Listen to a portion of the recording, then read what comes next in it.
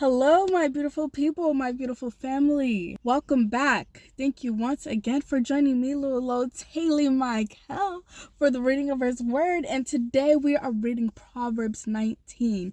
Now, guys, I'm telling y'all, I literally just recorded this video, the entire video. It was like 32 minutes long, unedited. Just recorded it. As soon as I went to go press stop or like the pause button on my phone, it all closed off because it overheated from it sitting right here in the sun. Now tell me that's not the enemy not trying to put the word out. I'm like, okay, we fighting back though. We persevering because y'all gonna get this word and I'm gonna give it to y'all because the Lord, my God, told me y'all need it. So before we get started with anything, shout out to y'all's Bible. Yeah. And before we get started, can we please say a word of prayer? Okay. Can you guys please close your eyes and bow your heads? Thank you. Dear Lord, thank you for today. Thank you for waking all of us up and giving us breath in our lungs, giving us purpose for another day, letting the sun be out and shining today. I pray that me and the other person on the other side of the screen opens our hearts, minds, and souls to receive your word. Give us the understanding and the wisdom and the knowledge to be able to receive it, apply it to our lives, hide it into our hearts so that we might not sin against you, and then go out and preach the word and bring other people in. I pray that we go out and be the light into the world, salt into the earth, and fishers of men, so we can spread your good word. I thank you for everything that you've done, everything that you're doing, and everything that you're going to do, even when we don't see it, even when we doubt and we don't see you working in our lives. I thank you for everything that you are doing on behalf of us. I pray over myself that I be an oracle for you and nothing comes out of my mouth that is not of you, and that is your words, your will be done, and not my own words and not my own will. Anyway, and thank you again. In your name, in your mighty name, I pray. Amen. Okay, so today we're going to be reading Proverbs 19. So if y'all want to get out y'all's Bibles, physical Bibles, or what, if you have it in your phone, whatever you have, get it out. I'm just glad y'all have a Bible. Shout it out. Anyways, we're going to start off. Proverbs 19 starts by saying, better is the poor that walketh in his integrity than he that is perverse in his lips and is a fool. Also that the soul be without knowledge, it is not good, and he that hasteth with his feet sinneth. The foolishness of man perverteth his ways, and his heart fretteth against the Lord. Wealth maketh many friends, but the poor is separated from his neighbor. A false witness shall not be unpunished, and he that speaketh lies shall not escape. Many will entreat the favor of the prince, and every man is a friend to him that gives gifts. All the brethren of the poor do hate him, how much more do his friends go far from him? He pursueth them with words, yet they are wanting to him. Okay, I'm going to stop there, verses 1 through 7. The one that really sticks out to me is verse 4, but we're going to go back to verse 1, where it says, better is the poor that walketh in integrity. So it's better to be poor and have integrity than to be rich and have riches, than to be perverse with your lips and to be a fool. That's just, it is what it is. In verse 2, it explains how without knowledge, it's not good for your soul. So you should always be seeking out wisdom, knowledge, but you have to go to God first for all of that. And if you are being too fast, you know how people, so you know how some people, like when you're rushing through things, sometimes you mess up, like when you're going too fast, you miss certain steps and stuff like that. That's what God is saying in verse 2. When you're haste with your feet, you sin because you're messing up. Now, verse 4, it says, wealth maketh many friends, but the poor is separated from the neighbor. When you have more wealth, you have more people around you, friends who want things from you, so in turn they're going to be nicer to you to get what you want. And I know, even from experience, I've had some people, friends around me, that basically just were around because of the things that I would give them, because I'm an extremely giving person. And of course, I worked ever since I was 16, all the way through college and even to now. So I've always had money. I've always been a hustler. I've always been, on my chiz. So when I give out things, I'm very generous with what I give because I love making people happy. But I've had people around me where they would say that they're friends with me, but they didn't call me when I was in my low places. They didn't check on me or nothing like that, but they will always call me for bringing this to the party. Can you do this for us? Can you do, they will always be calling me for anything related to money or getting things or gifts or whatever like that. So like, make sure you are revising who you're around, because the so-called friends might not even be your friends for real. They just want to use you for what you have. The poor is separated from the neighbor. So, because who wants to be around poor people? Because they don't have nothing benefiting you, like, to give you. So in verse 5 it says, a false witness shall not be unpunished, and he that speaketh lies shall not escape. So it's inevitable. If you are a person that's speaking lies, and a person could be making a half-truth, sprinkling some truth into their lies, and that's what makes the best type of lies. That has a little bit of truth in it. A false witness is a person that speaks lies and saying it in God's name. You know what I'm saying? Like, it's not, it can't be escaped. Like, how are you going to do something in the world and there's like a reward or consequence to every decision and action that you decide to do? It might be good or bad. Either way, there's something that's going to happen.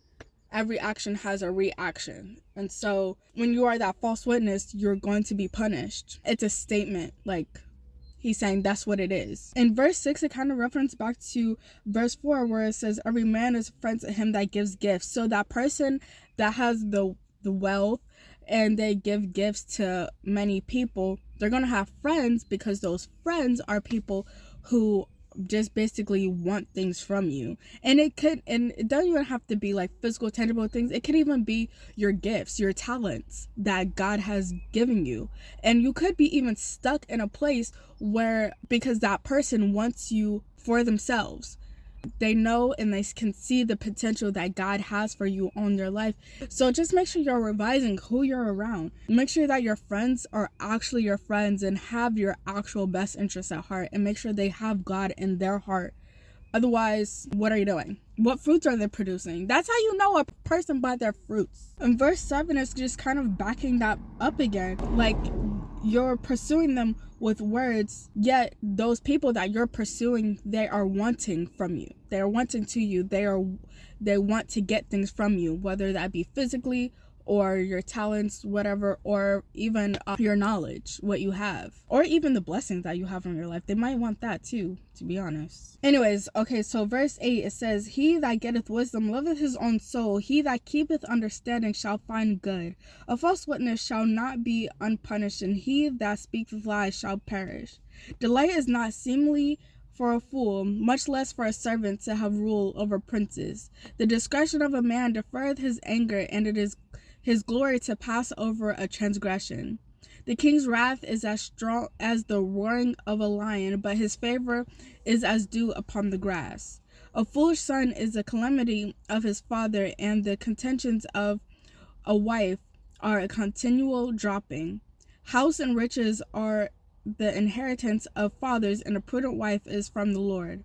Slothfulness casteth into a deep sleep, and an idle soul shall suffer hunger. So in verse 8, anyone who loves a soul will seek and get wisdom and understanding, which is good. So if you're seeking that out, you're looking for the Lord, because that is where you will find it. That's where you have to get it from. But if you don't love your soul, if you don't care about your own soul, what would be the reason for you to even look for wisdom or look for correction or reproof or whatever, or to make good decisions? What would be the reason? Like, there's no purpose. There's no reason for you to do any of that if you don't love your soul, if you don't really care where your soul goes, because it doesn't matter, Verse 9 is kind of referencing back to verse 5 where it says, a false witness shall not be unpunished, and he that speaketh lies shall perish.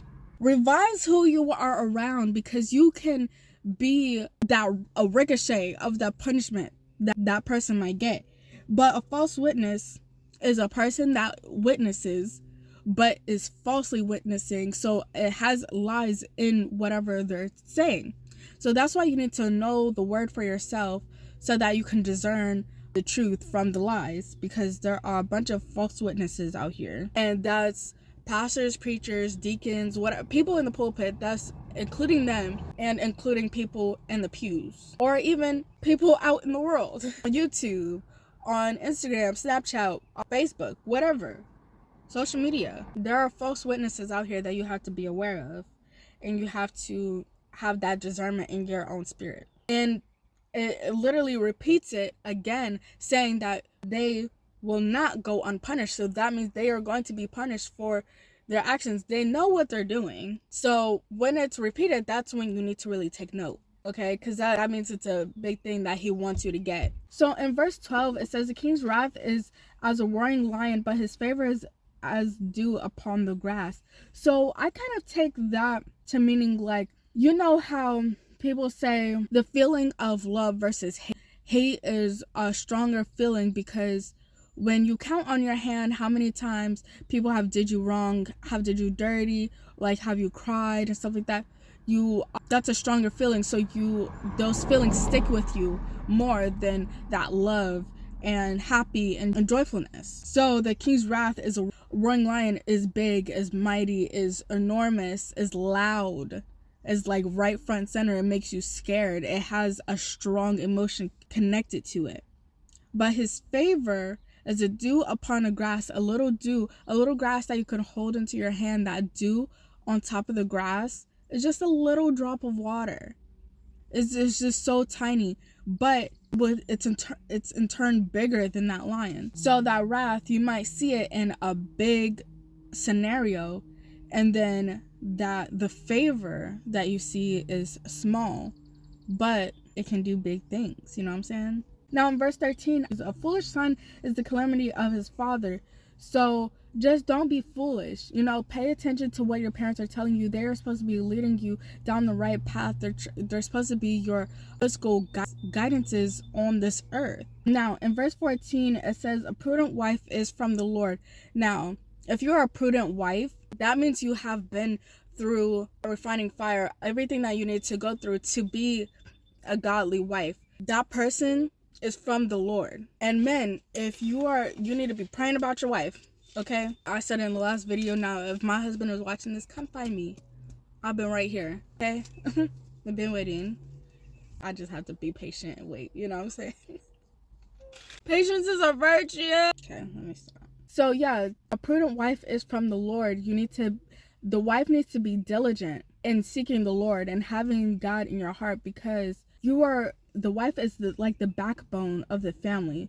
The husband is the head. The wife is kind of like the glue that kind of holds the whole family together, because even though the husband is the head, the husband is going to go to the wife for everything. Let's just be honest, okay? The wife is the caregiver of the entire household, keeps everything together running smoothly. So you need to make sure that you're in the Lord and that you have you're displaying the fruits of the Spirit. You have enough patience and enough endurance, because as soon as that kingdom marriage joins together, that's when the enemy really starts attacking both of y'all, trying to come in between y'all's marriage, because then he knows that kingdom, when 2 or 3 are gathered together, his name. Yeah, clock it. Let me stop. The kids been teaching me either this or this. Y'all let me know in the comments, because I don't know. Y'all confusing me. And I feel like I'm getting old. I'm only 25. Not too much. Okay, so in 15, it says, slothfulness casteth into a deep sleep, and an idle soul shall suffer hunger. So slothfulness, when you're not working in the season that you're supposed to be working in, and you're not reaping that harvest that you were supposed to reap at the time that you're supposed to reap it, they're cast into a deep sleep, and they shall suffer hunger. That means they're not feeding their soul the fruits of the Spirit. They're not getting that nutrition, that they're not reading the bread of life that they need to be getting. So let's continue verse 16. He that keepeth the commandment keepeth his own soul, but he that despiseth his ways shall die. He that hath pity upon the poor lendeth unto the Lord, and that which he hath given will he pay him again. Chasten thy son while there is hope, and let not thy soul spare for his crying. A man of great wrath shall suffer punishment for if thou deliver him, yet thou must do it again. Hear counsel and receive instruction, that thou mayest be wise in thy latter end. There are many devices in a man's heart, nevertheless the counsel of the Lord that shall stand. The desire of a man is his kindness, and a poor man is better than a liar. Oof. Okay, so we're going to stop there. Verses 16 through 22. Okay, so in verse 16, it's kind of referencing back to verse 8, where it says, he that keepeth his commandments keepeth his own soul. So you love your soul. You're trying to keep your soul. And if you don't love your soul, if you're not trying to keep your soul, what's the point in keeping his commandments? There is no point. Okay, but if you love yourself, if you love God, then you will keep his commandments, and that will keep your soul. But he that despises his way shall die. So if you're not walking in the way of God, if you're not making the decisions that God is wanting us to make, even though we have free will, he still wants us to choose him every day in all of our decisions. If you're not choosing him every day, then the decision that you're making is leading you towards death, because God is life. He gives us life. He is life. So if you're not choosing him, you're choosing death. So in verse 18, I feel like this one is very important. Chasten thy son while there is hope, and let not thy soul spare for his crying. So like, I know after a while, when a kid is like repeating the same disobedient act over and over again, and then after a while that parent kind of gets tired and they're like, okay, do whatever you want. Or when they get too old, they're like, well, they're grown now, they're living their own life now, so they can do whatever. No, parents, you need to keep chastening, keep punishing, and keep reproaching your children while they are still young, still under you, while there still is hope. Because if you're still there, that means they still have hope. Okay, because once they get out into the world, into the real world, life will be lifing. Okay, train up a child in the way that they should go, and when they get out, they will not depart from it. So now is the time. No matter how tired you are, their soul is on the line. You are responsible for their soul. Like how God the Father, how God is our Father in heaven for all of us. You are their parent. You are their father. You are their mother here on earth. And like how God tells us what to do and what not to do, where to go, where to step, and where not to step, because he loves us and he wants the best for us, and he wants our souls to have eternal life and for us to live with him eternally. That's why he reproaches us and chastens us. So as a parent or a legal guardian, that is your job here on earth. That second part is, let not thy soul spare for his crying. Even though they might be crying or whatever, now they're going to thank you later on in life that you made them do those dishes, made them do their homework, didn't let them go out at whatever hours of the night, didn't let them go out with that person. You know what I'm saying? Like, it's that protection, it's that level of caring that you should have for these children. Are the future of the world. Okay, they are the legacy that we also leave behind. Okay, so in verse 20 it says, hear counsel and receive instruction, that thou mayest be wise in thy latter. So I mean, it's a plain right there. Hear counsel and receive instruction. Always be receiving that reproof, instructions, that correction, because it's going to make you wiser than what you were, and you're going to continue to get wiser once you continue to get that correction, that reproof, and that godly counsel. It will help you in the latter end. 21, it says, there are many devices in a man's heart, nevertheless the counsel of the Lord shall stand. So the counsel of the Lord should be your anchor in your heart, because we are all human beings. We all make decisions based off of emotions. Okay, we are emotional beings, and that's just fine, but God should still be the anchor and should be the thing that we base all of our decisions off of. And because there are so many things in our hearts can't be trusted ourselves, because we have so many different emotions and so many things going into different decisions. Maybe this person hurt me, whatever. You know, things happen. And that's why we can't trust our own hearts, because our own hearts might be skewed to look at it a certain way. Like I said, God has the bigger picture. In 22, the desire of a man is his kindness, and a poor man is better than a liar. It's better to be poor than a liar. I'm going to tell y'all straight up. Like, my whole family know that's something I don't play about. I don't like liars. Okay? You lie straight to my face, you're cut off. I don't like you. Cut off. Okay? Because if you can lie to me, like, what else you can lie, like, bye. Bye-bye. Plus, that just makes you untrustworthy, like, and then who wants to be around a liar? Like, y'all ever heard of those pathological liars who just be making up stories? I mean, that's an extreme form of lying, but, like, I cannot deal with a person lying to me, because I already don't trust a lot of people. And then you lying to me on top of that? Oh, like, no. That means I can't trust you, period, with nothing. I don't even want to be around you. Being poor is better than being a liar.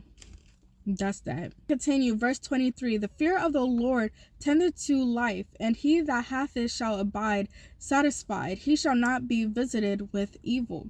A slothful man hideth his hand in his bosom, and will not so much as bring it to his mouth again. Smite a scorner, and the simple will beware, and reprove one that hath understanding, and he will understand knowledge. He that wasteth his father and chases away his mother is a son that causeth shame and bringeth reproach. Cease, my son, to hear the instruction that causeth to err from the words of knowledge. An ungodly witness scorneth judgment, and the mouth of the wicked devoureth iniquity. Judgments are prepared for scorners, and stripes for the back of fools. So 23 is going back to saying the fear of the Lord tendeth to life. The fear of the Lord is literally the start of everything. I know we had read this before, but the fear of the Lord is the start to wisdom. And that's how God made the whole earth. Like, you have to have the fear of the Lord first before anything. That should be your foundation, like, for anything. The fear of the Lord, period. And if you have that, you will not be visited by evil. Look at that. Look at God. Okay, so in 25, smite a scorner, and the simple will beware, and reprove one that hath understanding, he will understand knowledge. So even if you are a scorner and you're being smite, kind of like you're being corrected, they will be aware. And reprove one that hath understanding. So if you are a scorner and you have understanding, you will be able to understand knowledge. Isn't that great? So even when you are, like, in a bad place, you still have a chance to seek God and to find God even in the small places, gaining his knowledge, and you understand that knowledge. So in 26, he that wasteth his father and chases away his mom or mother is a son that causes shame and brings reproach. So when you bring reproach, that means you need to be corrected. That means you're doing something that needs to be corrected, which that internally that means that you're doing something not good, or you're doing something wrong. Which, if that keeps happening, you're just not learning your lesson, or you just don't care, that brings shame, causes shame. You chase away your mom, and you waste your father, like they don't even matter, and you bring reproach. Now in verses 28 and 29, those are kind of going together, and it says an ungodly witness scorneth judgment. It's talking about the judgment of the ungodly witnesses, and how and for the scorners, and how they will be judged because they devour iniquity, and there is going to be prepared stripes for the backs of those fools.